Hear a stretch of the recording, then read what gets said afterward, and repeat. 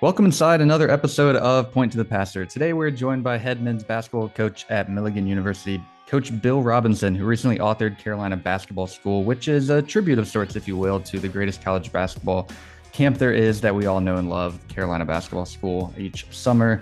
We're also going to take a look back at Maui at the Invitational with Coach and assess where this team is heading into some tough early December matchups. But Coach, just want to thank you first for being here this evening and talking all things Carolina. Thanks for the invite, guys. I appreciate it. Absolutely. What were your thoughts on Maui Invitational as a whole and some of your takeaways with Carolina?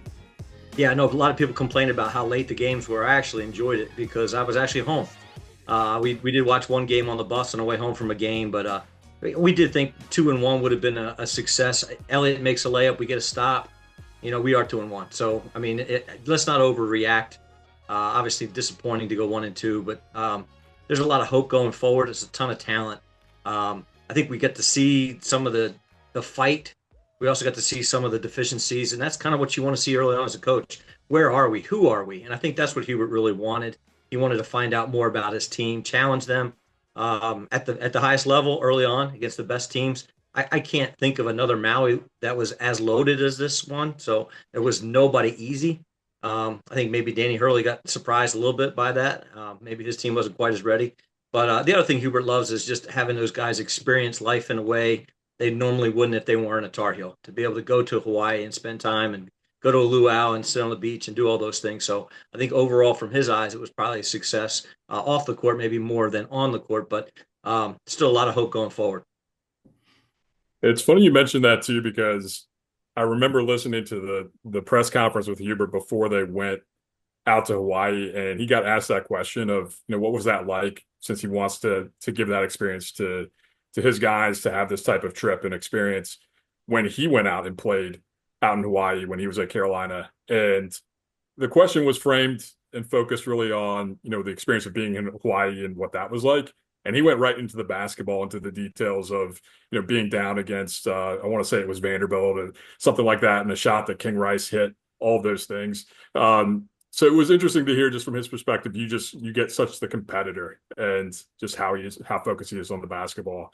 But those are all really good points in terms of keeping a big picture perspective and what you can learn early in the season and how Carolina was challenged in a lot of different ways out there. You mentioned some of the deficiencies, and you talked about this a good amount with Isaac Shade on Locked On Tar Heels.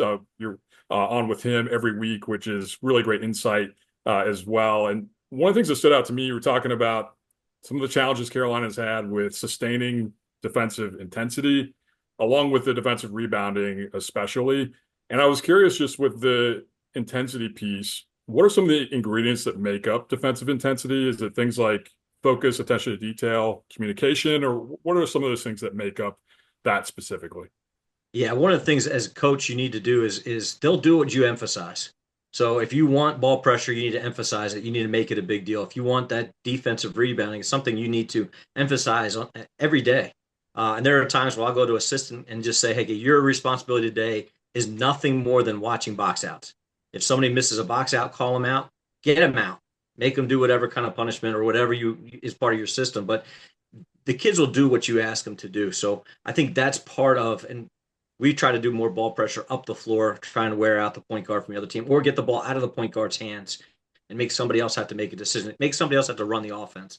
So little things like that. But it is a focus, it's an emphasis, especially early in the game. I think there are ways where you can maybe ramp up the intensity a little bit by trapping a ball screen, trapping the first pass, trapping the post, doing something to make kids have to fly around a little bit and play hard and get out of their own head and just let them play. Because I think sometimes they're thinking about, oh, we don't want to get down again, or hey, mom and dad are at the game, or whatever their mental state is. You want to get them just to focus down on the smallest little thing of stay in front of the basketball. Don't let my man beat me. Little things like that. And I think those are the emphasis that you have to do from a coaching perspective to really focus on making sure you're ready to go from that opening tip on the defensive end. Coach, I'm a little curious just from your perspective, as a head coach, when you come away from a tournament a little bit disappointed, how do you keep your team motivated going into such a big game against a team like Alabama coming to town? They just took a tough loss to Oregon, an Oregon team who's 8-0, so they're going to be ready to lock in and get that win. How do you keep the guys focused and keep a chip on their shoulder? Yeah, that's a great question because we just lost 2 games in a tournament and played the team at Mm-hmm. home on Wednesday that has won our league the last 8, 9 years. So we're in the exact same situation. We want tomorrow to be positive. We took today off. Obviously, Sunday we get a day off, and then tomorrow we want things to be upbeat and positive. I think Hubert wants to keep up things upbeat and positive. Film still be super important tomorrow for us. I think it's the same for Hubert. They do want to go through and fix some things. Okay, here's some things we did right. Here's some things we did wrong. I think film's super important early on, especially. We try to watch more film on us this time of year than we do on the opponent. Still watch some on the opponent, but we're trying to fix things that we did wrong. So let's find out why we got in such a deep hole early. We got to figure out why we got out rebounded. Let's show them some clips because most of that stuff is fixable. It's not. I know everybody's talking about the posts. There's still ways for us to rebound with the size guys that they have, and they've got to be able to fix some of those little things. So let's have a film session, not more than maybe 15, 20 minutes, but then let's go out, maybe put some music on, get the beat up a little bit, and have some fun in practice early. Get the energy up, and then let's focus on how we can get better. Does getting home help with that too? I imagine, like, especially after being on the road for that long, that being home, kind of getting back to some of your routines as well as being in front of a home crowd can give Carolina some momentum on Wednesday night as well. Yeah, 100%. We took in my 30 years, I've taken 2 teams to Hawaii, and we got back and then had Christmas break. So you're gone for a week, and you need to be able to get back. It sounds kind of funny, but acclimated to East Coast time again. To get acclimated more, get your legs back, and get some sleep. Get out of it's hard being in a hotel. I don't care how nice the hotel is. You're not going to sleep as nice as you are in your own bed. So it's just nice to be able to get home for a little bit and get back into a normal routine, whatever that normal routine is. But then playing in front of your, I would imagine it's a sellout.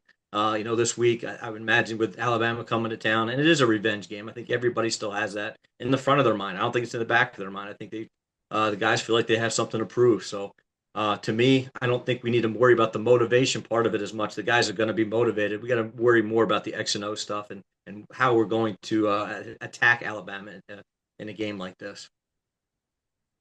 That makes sense. And related to like some of the fixes that you're talking about, so you mentioned in terms of the intensity, like maybe whether that's trapping or even Hubert at times has pretty selectively added some full court pressure. So those might be some ways to really jumpstart the Early. defense, right? Exactly, early in the game. Are there other things that you see that could be some changes or tweaks that that UNC can kind of put on display in that type of revenge game against Alabama? Yeah, you've got a whole week off, so if you want to put something new in, you can. I don't think he's going to do it defensively. He's pretty set on the man stuff, but I would love to see him do something different. I've always dreamed of having a team as long and as athletic as he has, but to be able to do some run and jump stuff like Coach Smith used to do, throw a point zone in every once in a while. I do know that he's got that in his bag. It just depends on whether he wants to bring it out or not. More so maybe on the offensive end, you throw in a couple wrinkles here and there that they haven't seen before. But you got to be prepared for the pressure. You got to be prepared for that tempo. As fast as Carolina wants to play, and they have, Alabama wants to play faster. So you're going to have to talk about that. Shot selection is going to be huge. You take bad shots, going to lead to easy shots. Taking care of the basketball, live ball turnovers versus aggressive turnovers that you pitch it ahead and throw the ball out of bounds. I'm not as worried about those, but you turn it over at half court with a pick or steal, and all of a sudden it's a 2-on-1 or a 1-on-none. You're giving up easy baskets, and that's when momentum really grows for an opponent. Definitely. I think we saw some of that in Maui too, right? Where, and I don't know if there's, I would imagine there's a sense of when you're struggling defensively and not getting a stop. And I think the Michigan State game was a good example where it felt like there were a series of possessions in a row where Michigan State just went one after another and scored. And that's got to start to weigh on a team offensively too, even a team as good offensively as Carolina has been so far. And kind of where I'm going with that is we've seen some of the guards. I don't know if it's pressing or just they're so good at getting to the rim, right? Like that's one of the strengths of this team. But sometimes we've seen them take really tough shots or because they're able to be aggressive and get by their guy a good amount of the time, trying to get a call potentially to you or just initiate contact. Um, are there things offensively that we could look at changing as well? Especially, I'm thinking about trying to establish the post guys a little bit more offensively, because even though they've kind of come and gone in terms of their volume or scoring, especially on offense, those between Washington, Withers, and Lubin, they've all been pretty efficient. So, are there ways to get those guys a little bit more established within the flow of the offense so the pressure isn't as much on the big three?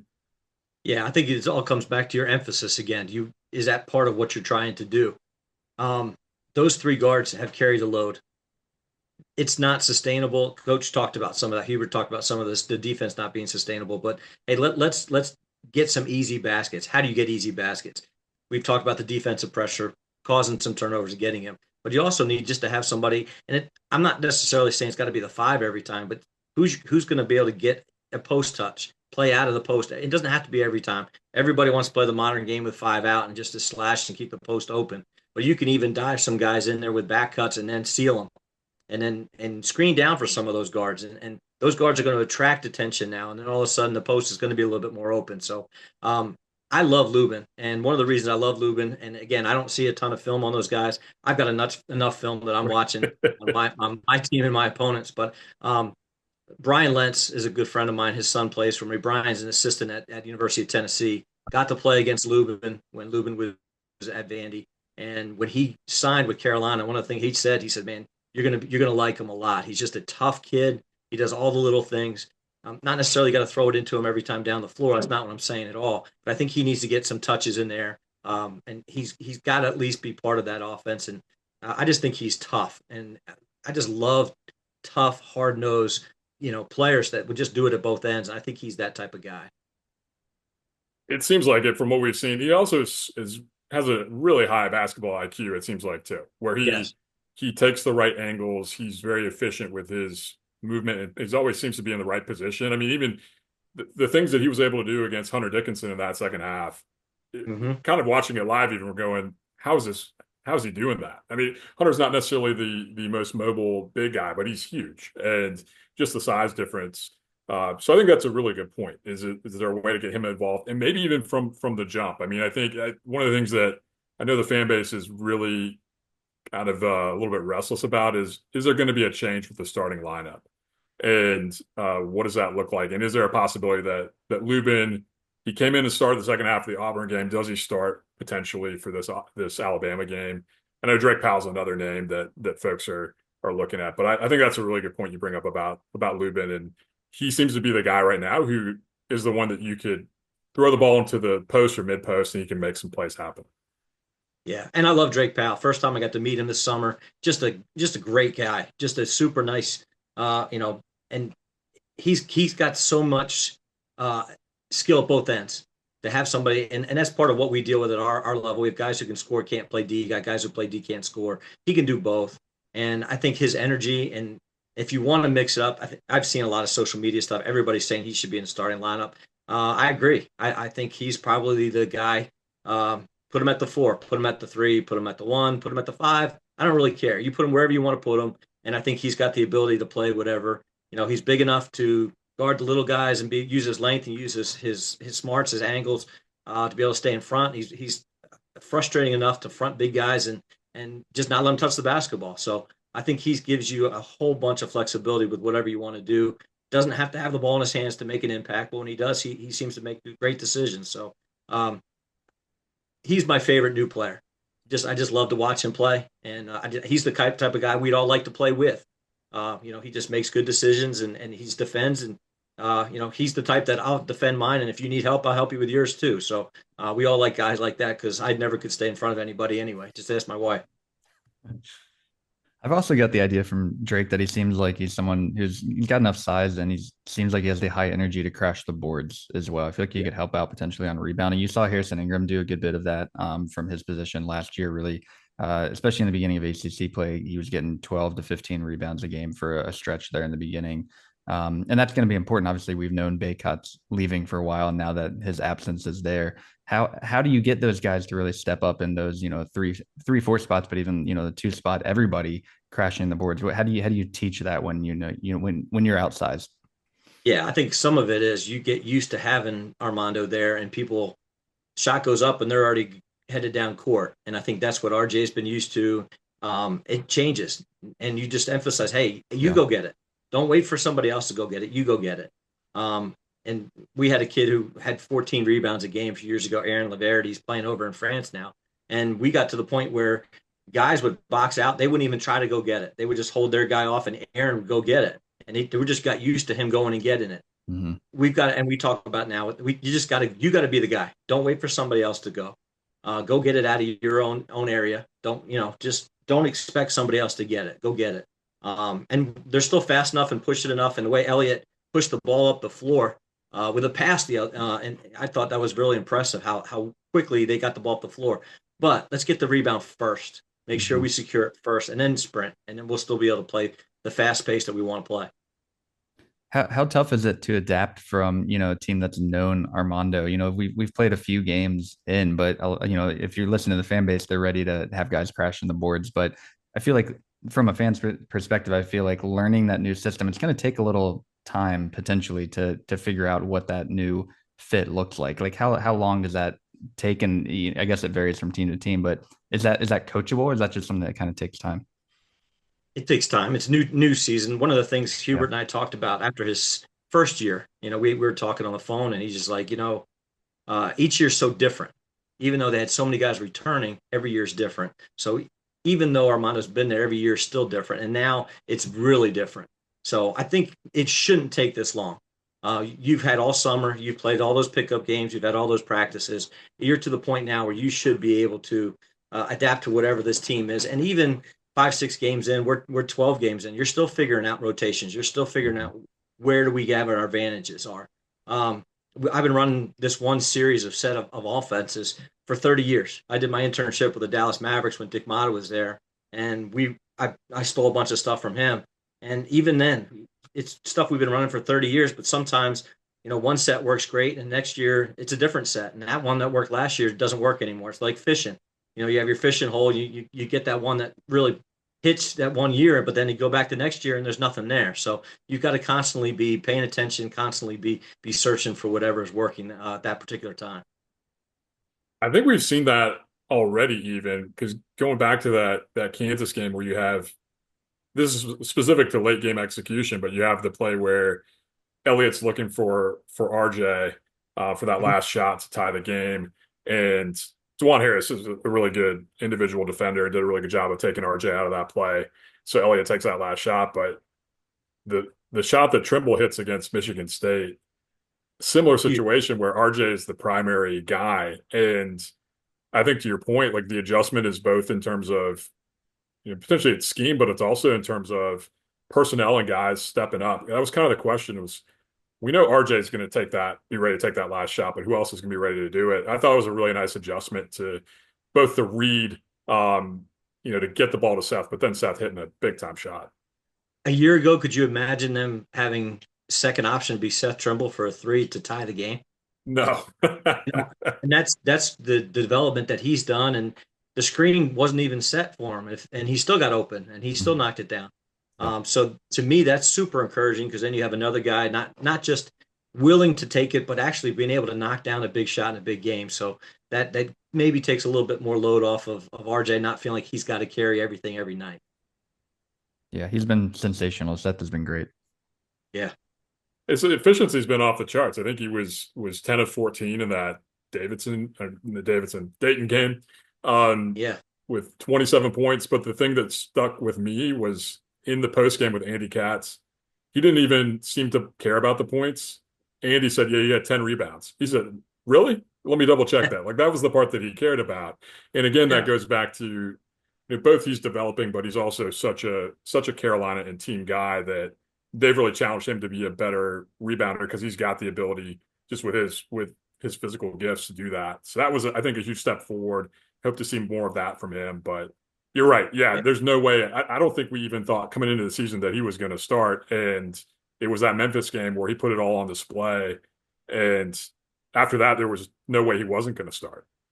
Yeah, best thing for I think Carolina this year was RJ not being able to play that game Right. and him having to step up. But I've been doing the defensive station at Montrose Camp for a long, long time, and Seth was my guy to help with that station this summer. And for him, he just stepped in whenever. You have a dad with two kids, and the dad would go one on one, and then the other kid standing there. I'm like, Seth, come on, and Seth would jump right in and play. I mean, he was very willing to help. He's just a great guy. And again, Carolina guys, that's what these kids are. Say what you will about the wins and the losses and everything else, and they won a ton of games. But there's a certain type of kid that comes to Carolina, a certain type of kid that gets recruited there, and they're just fun to be around. They're good guys. They understand the role that they're in, and it's fun to be around them. Yeah, I think that's one of the things that we all really enjoy about Carolina basketball. It starts with Dean. You know, you hear Roy talk about it on the Rivals Reunited a little while ago, you know, in terms of the way a kid composes himself and what he can bring to Carolina, not just on the court, but off the court. It's pretty special. Yep, And exactly. something else that stuck with me about Seth was after the Auburn game, he was being asked a few questions about just, especially the defensive piece. And he said a couple of times that they were not taking pride. They were not showing pride in their defense. And he was clearly upset. And I think reasons for optimism, Hubert and the staff are going to make adjustments, like you were talking about, Coach, going into this week and kind of as the season evolves. But then you have somebody like that who he's not just a quiet leader anymore. He's getting in people's faces, it seems like, in a positive way to challenge folks. You have even a freshman, James Brown, who's doing that too. So that type of leadership and understanding of, yes, like offensively, we're already really, really good and can even be special beyond where they've been so far. But it's defensively that's going to be the difference with this team. And that really stuck with me. I heard him say that and I went, okay, no matter what really happens this week, that I think bodes well for the rest of the season. Do you hate to give up a bucket? That's the challenge that I'm going to go with tomorrow. And we talked about that a little bit with Isaac, but that's what Seth's getting at. We have guys who just don't hate to give up a bucket. It doesn't bother them. Oh, we'll make it up at the other end. You've got to hate it. You've got to absolutely drive you crazy to give up a bucket. And we have a couple drills that way. I mean, it's one possession. If you get a stop, you're good. If you give up a bucket, you run, or you punishments, push-ups, sit-ups, whatever your punishment is. But you got to make it competitive, one possession at a time, and just say hate to give up a basket. And I think that's the next step for Carolina. It's the next step for the Buffaloes too. Well, what do you think about that as it relates to Alabama? Because as you alluded to, Carolina likes to go fast. They like to go faster. I want to say when I looked at it, Carolina's seventh in adjusted tempo on Ken Palm. Alabama is sixth. I think they would prefer to be number one. And that game last year was frenetic at times in the tournament. And I guess my question is for Carolina, who already wants to go as fast as they possibly can, how do you do that under control in a way that you don't get sped up playing against a team who's going to push you like Alabama that way?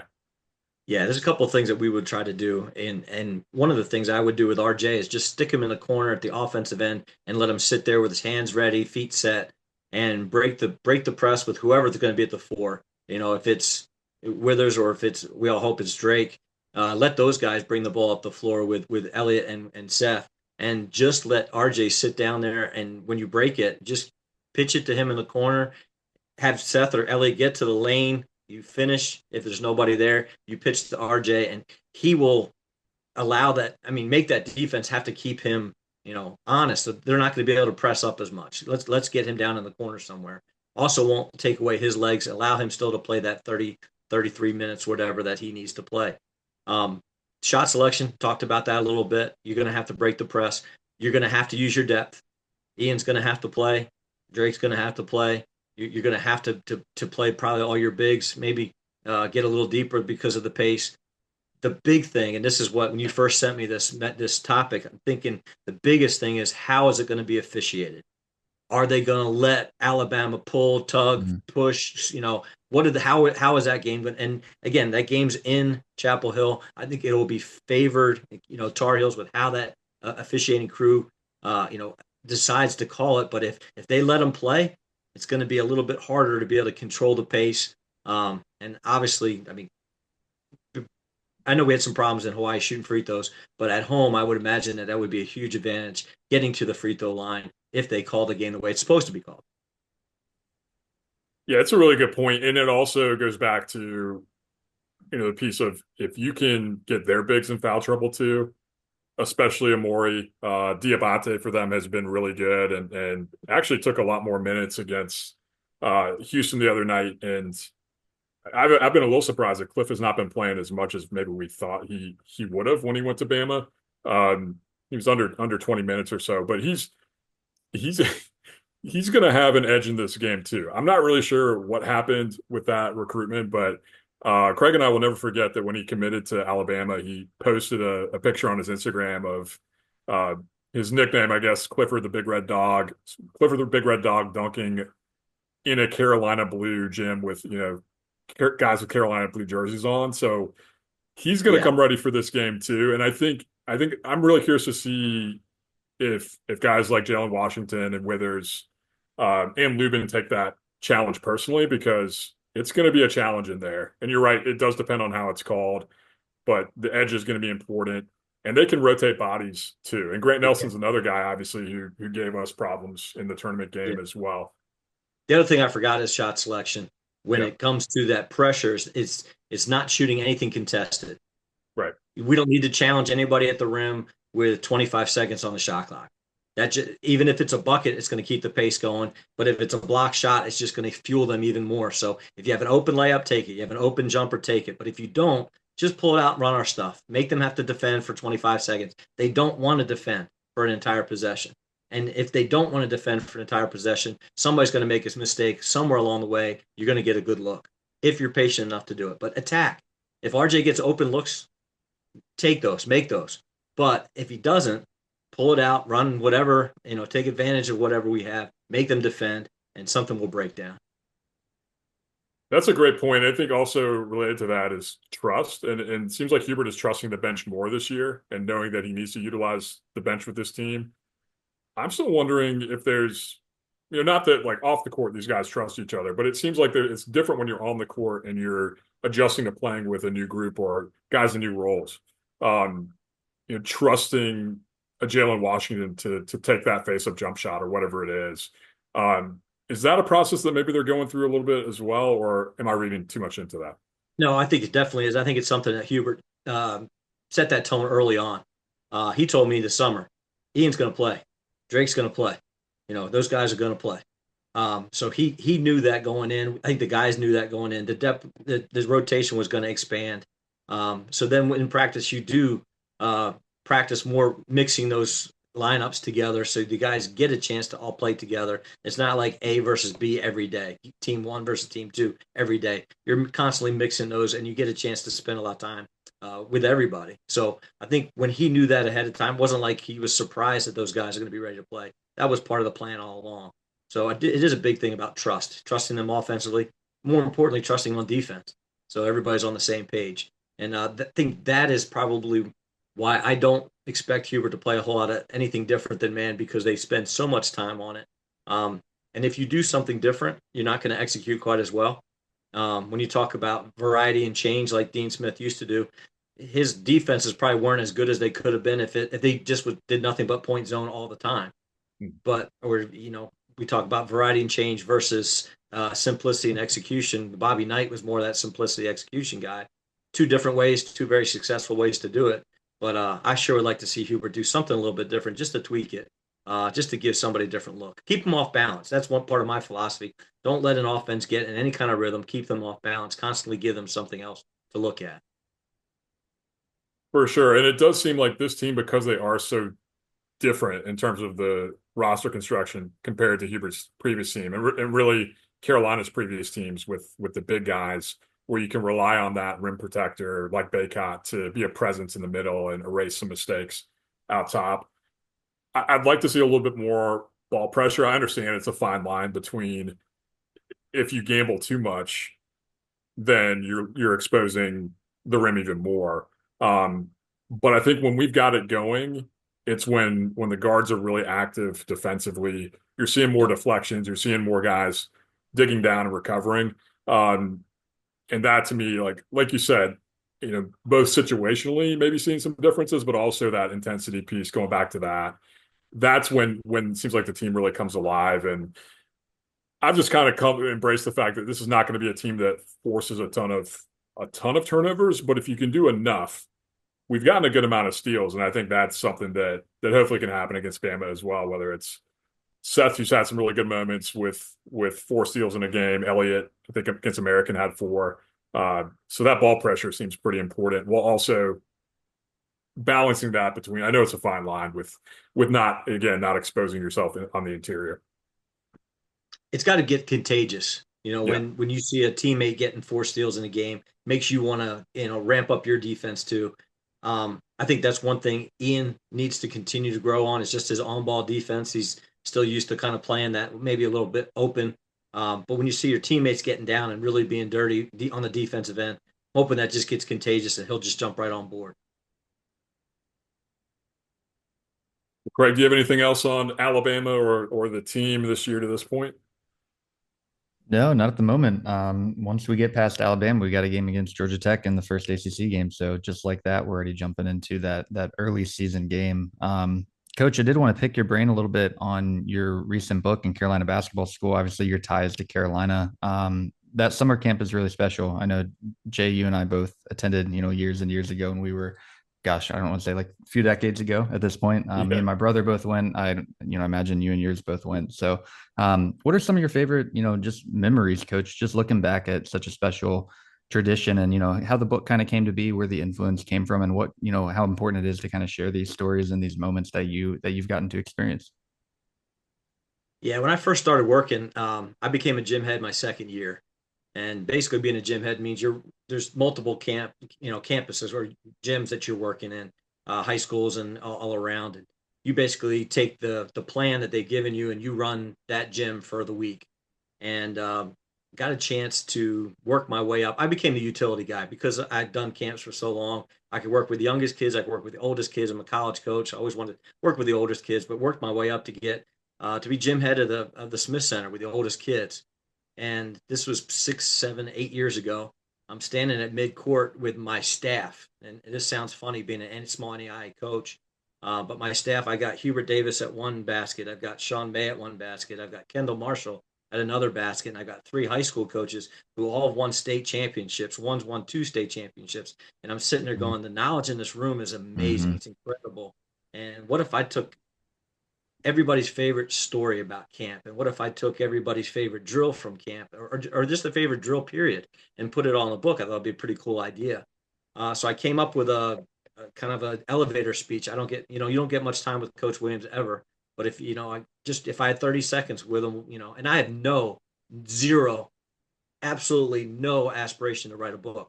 Mm-hmm. Never wanted to do that. In fact, my mentor wrote a book. Is the only book I know written about how to coach the bench. It's called The Sweet Smell of Pine. Coach Norm Wilhelmy was my father's coach in college, and he said it was the worst experience of his life. I said, "Don't worry, Coach, I'll never write a book." But I finally got enough guts up to try to get a meeting with Coach Williams, and it was after session one night. It was about 10:30, 10:45 at night, and I asked him just to talk to him, and one of one of his assistants, Eric Hoots, tapped me on the shoulder and said, "Hey, Coach is willing to talk to you. He wants to walk him to his car." So I had from the Smith Center floor to his car to get everything out I wanted to Mm-hmm. get. And my first year there, I was an athletic director at the college I was at. I didn't want to, wasn't sure if my heart was going towards basketball, to stay in basketball or go towards administration. Wasn't really sure. But I told him, I said, "Coach, this is why I want to write the book. My first year here, trying to find my heart. Spent 1 week at Carolina camp, went back to my school and resigned as athletic director, picked up a JV team, which we started at Milligan as well, so we can keep playing Carolina's JVs. But that's why I did it, because of Carolina camp. Second, my dad left when I was 11. He left on June 13th when I was a kid. Every June 13th for the last 20 some years, I've been at Carolina camp. That day used to be a horrible day. Now it's a great day. Mm-hmm. And my dad passed in 2012 from cancer.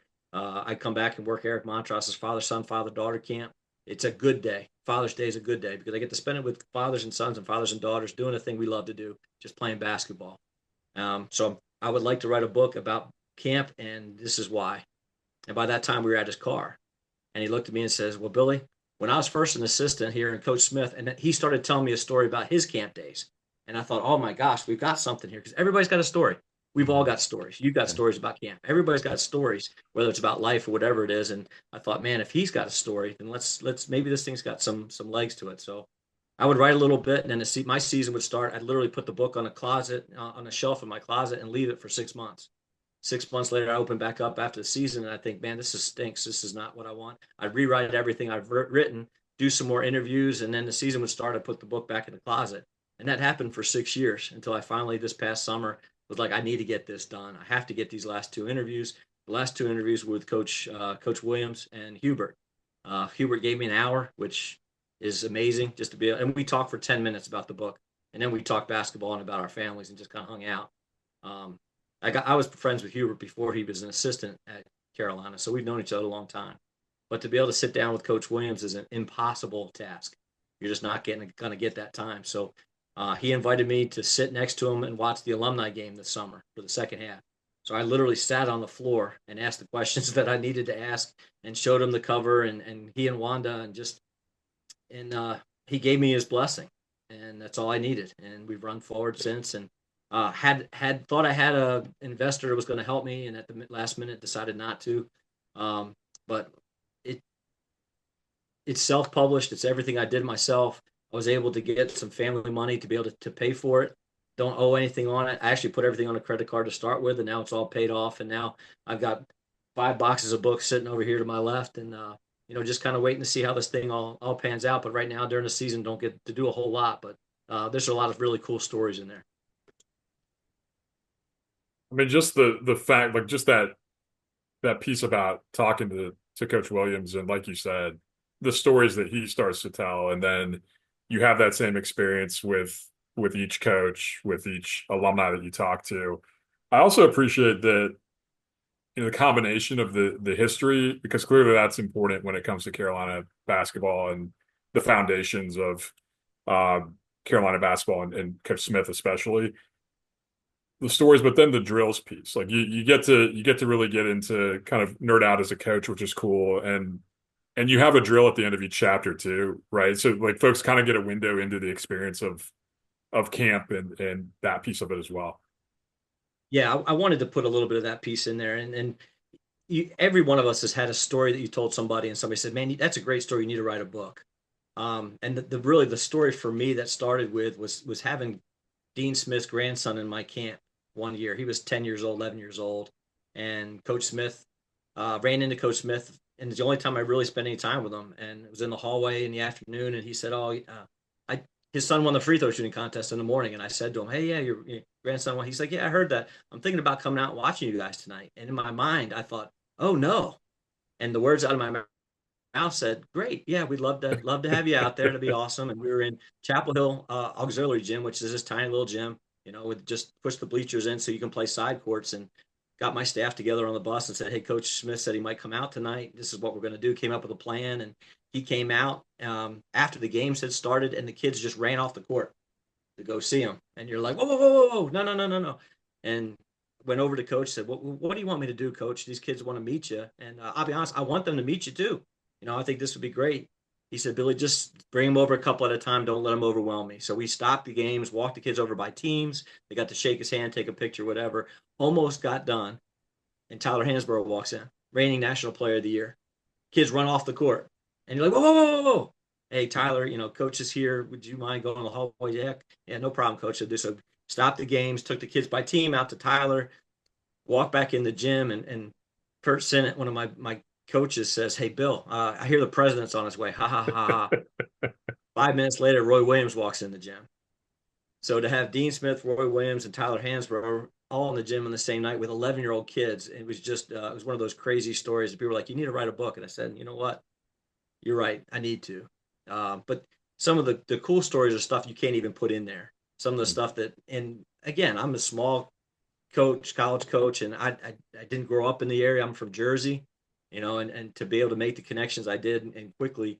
Porky Spencer had a lot to do that. There's a whole chapter about Porky. Porky played high school ball for Coach Williams, and their relationship is love you, man, father son type stuff. And they have a really cool relationship. There's a whole chapter on Porky Spencer stories. And most of them are, I mean, I have a bunch of Porky Spencer stories I can't put in the book, but one of the cool stories was he always when Coach Williams was his high school coach, he didn't have any money, and his dad was a truck driver and was on the road, and his high school coach picked him up and drove him home from practice every day, and it just happened to be his name was Roy Williams, and he didn't have any money to pay him, so he would take his car and wash it. Well, Porky continued to do that for 40 years. And my first year of camp, he said, "Hey, come on, what are you doing this afternoon?" I said, "I don't know. What are we doing?" He said, "We're gonna go wash some cars." I'm like, "Okay, whose car are we washing?" And we went to the office, and he picked up Coach Williams' car, and I picked up Coach Holliday's car. Joe Holliday was his assistant at the time. We took it to a car wash, and we spent 2 hours detailing the cars. Well, I found in the back of Joe Holliday's car a list of all the coaches' numbers.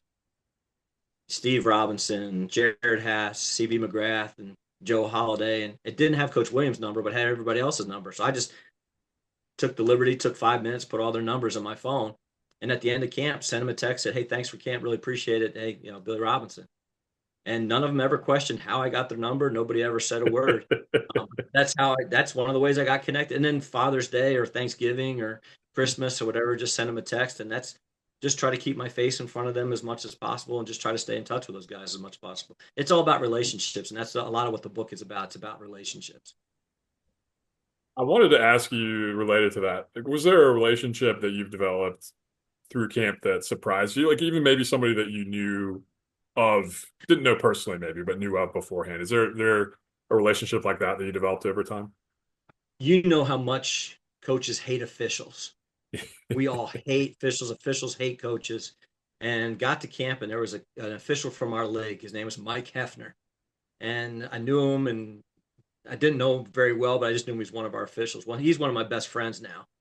And in fact, last night, the opposing team, one of their players, got a technical going to the locker room at halftime. So they're going to shoot. We're going to shoot 2 free throws to start the second half. Is that a team foul for the second half or not?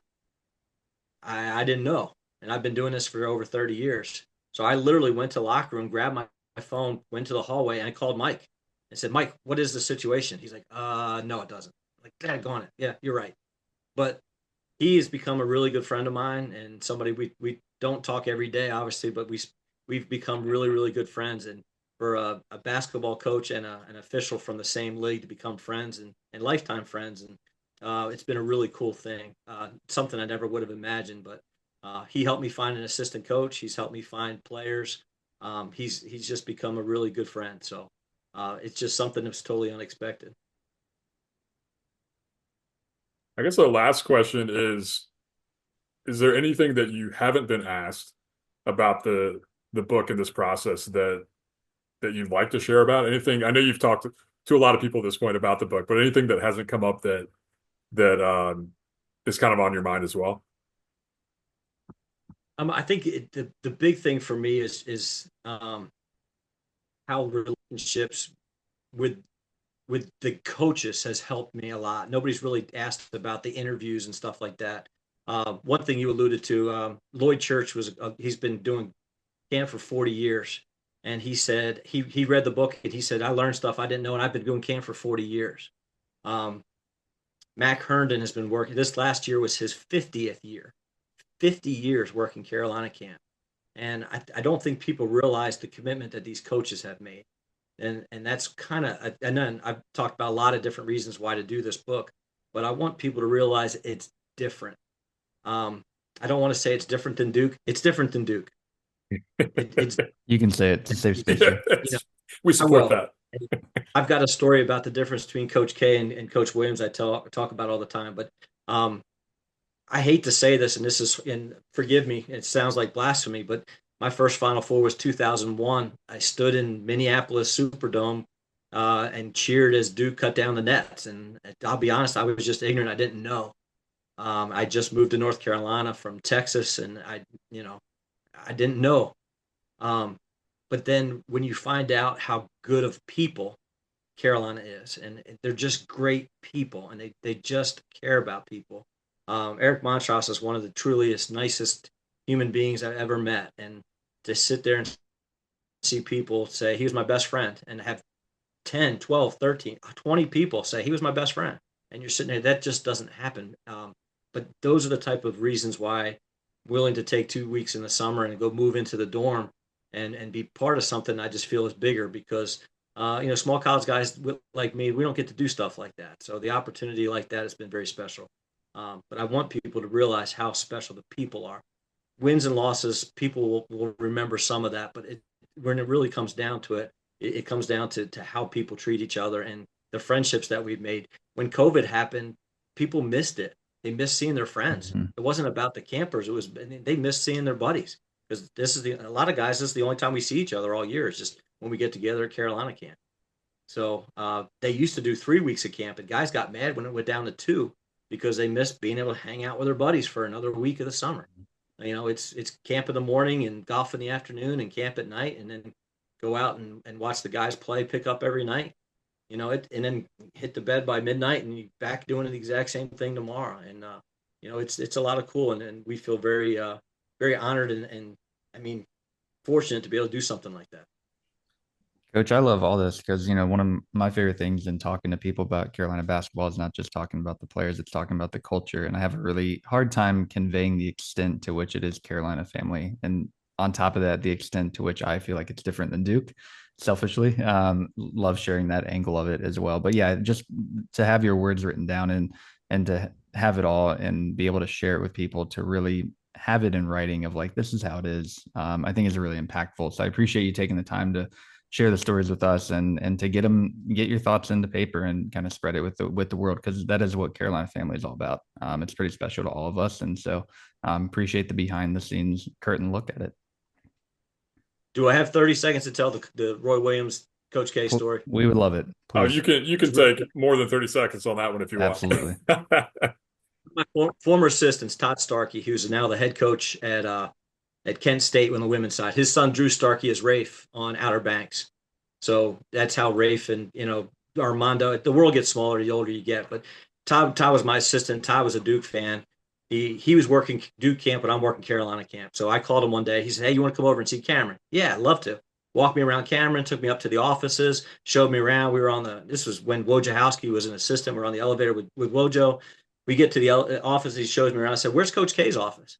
They said, "Oh, he's on the top floor. You can't get up there. You need a hand scan and a code to be able to get up to his floor." I'm like, "What?" He says, "Yeah, just he and his secretary up there. Nobody else is allowed up there." I'm like, "Oh, okay." 5 years later, I'm sitting in the lobby of Carolina's office waiting to see somebody. I forget who, but they had the glass door. You can see all the way down to Coach Williams' office, and his office is full of people. I can see this huge group, and I'm thinking it must be a big time recruit. I try to put that invisibility suit on you just so nobody sees that I'm there. Um, and they start walking back to the lobby, and it's a bunch of little white kids. I mean, whole bunch of little white kids. And I'm sitting there going, that doesn't look like the recruit that I was thinking about. So he walks into the lobby, Coach Williams does, with this big group of kids. He said, "Okay, let's everybody get individual. Who wants an individual picture? Everybody wants an individual picture. Let's get a group picture." Then he says the greatest line. He says, "Does everybody have what you want? Does everybody have what you need? Thanks." He walks away. Everybody's got exactly what they want. They walk out. I look at the secretary and I said, "Cynthia, who was that? What was that?" She was at a swim camp.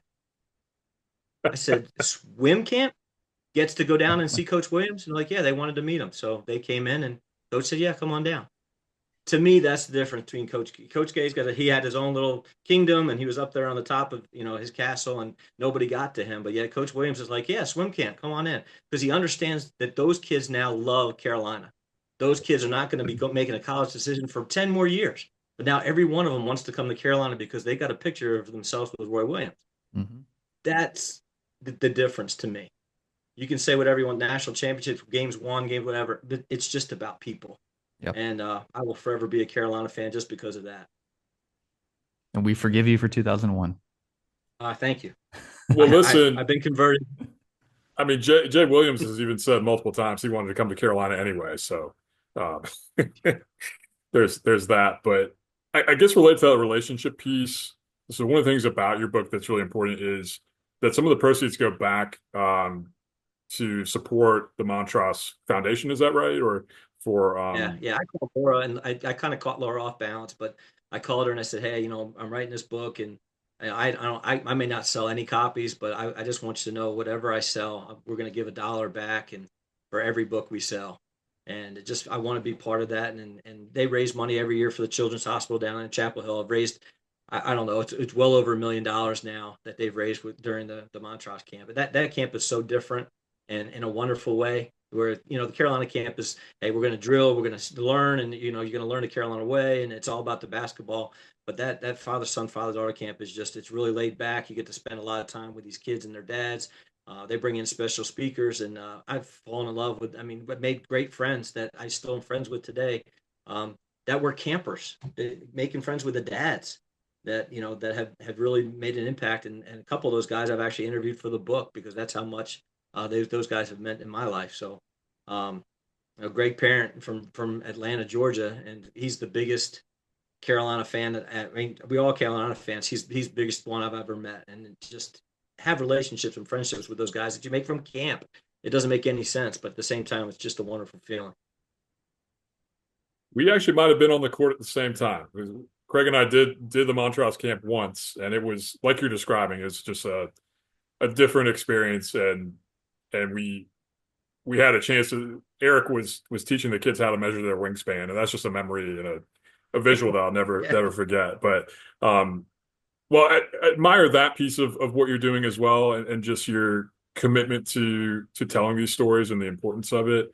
So again, the book is Carolina Basketball School: History, Stories, and Drills. You can find it on Amazon. Are there other places that folks should be looking out for it as well? Right now, it's just Amazon, and they can email me directly if they wanted a copy signed.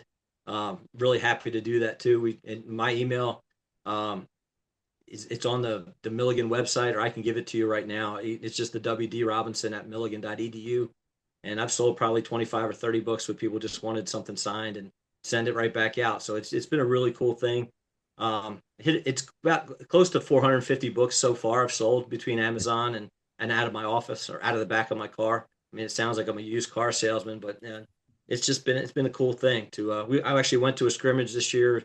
We had a little preseason thing and took 3 books with me and sold all 3 of them to the coaches and one of the scorekeepers at the table. So it's just been a really neat thing, and I hope it's something that will continue to grow. But at the same time, I got exactly what I wanted out of it. I got a book in my hand, that I can share, and I don't have any pressure about having to sell books to put food on the table. It's just been a really neat thing.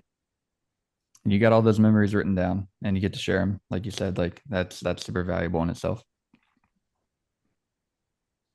And we really appreciate you taking the time to share the stories and that Coach K Roy story is awesome. The other stories that you shared, sharing that with us. Yeah. This has been we're really grateful for you taking the time because we know how busy you are as well. Anytime. We're going to close the show out now with a quick point out. And Jay and I were just discussing, we're going to point out to Drake Powell. We talked about him a good bit on this episode. He's really been stepping up and had an impact so far. Just hearing Coach Rob talking about what a stand-up kid he was, I'm excited to see where he goes the rest of the way. Maybe bring in some of those Harrison Ingram level numbers and rebounding and get this team going a little bit more in the month of December. Absolutely. And I mean, in that Michigan State game, especially really the Dayton game too, we saw his outside shot start to come around. The fact that RJ is kicking it to Drake Powell with a little over a minute left You love to see against it. Dayton, and he knocks that shot down. That was huge. Then he goes 4 for 6 against Michigan State. He started 1 for 6. He's now 6 for his last 9. And don't necessarily expect that to be the strength of his game, but just keep shooting, Drake. I mean, that piece of it, but then just everything that he brings in terms of his intangibles, whether he's grabbing shots out of the air, hurdling people at the same time, or just playing really solid in your face defense. He's going to bring a lot to this team. I think, like we were talking about with Coach, probably expect to see his minutes go up starting Wednesday. And I don't think he looks back because he is so versatile, but he also is just such a team guy and is somebody who will buy in on both ends. And that's part of what this team, I think, needs right now, too. Yeah, like you said, we are going to need them. Any of those guys, those freshmen have been really impressive so far, both Ian and Drake. And it's nice to allude to the fact that, hearing Coach Rob talk about Hubert knowing that he's going to play these guys, that we have that depth. There is a little bit of time that it takes to adjust when you have so many different rotating lineups. So I think that's a part of what we're seeing. It's all part of the learning process. And I think we're going to get there in December. Alabama is going to show us quite a bit. And depending how that game comes out, we'll see how we line up for Saturday in the first ACC game of the year.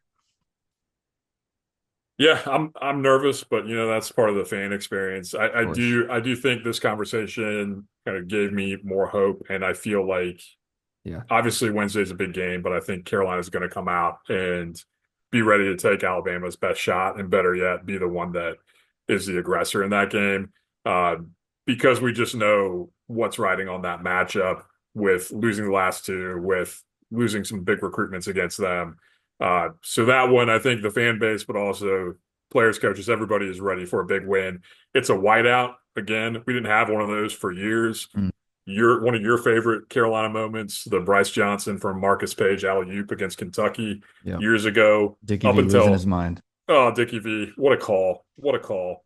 But that was the last whiteout until last year against Tennessee, so hopefully we can replicate exactly what we did against Tennessee last year, get it rolling, and just kind of look up from there.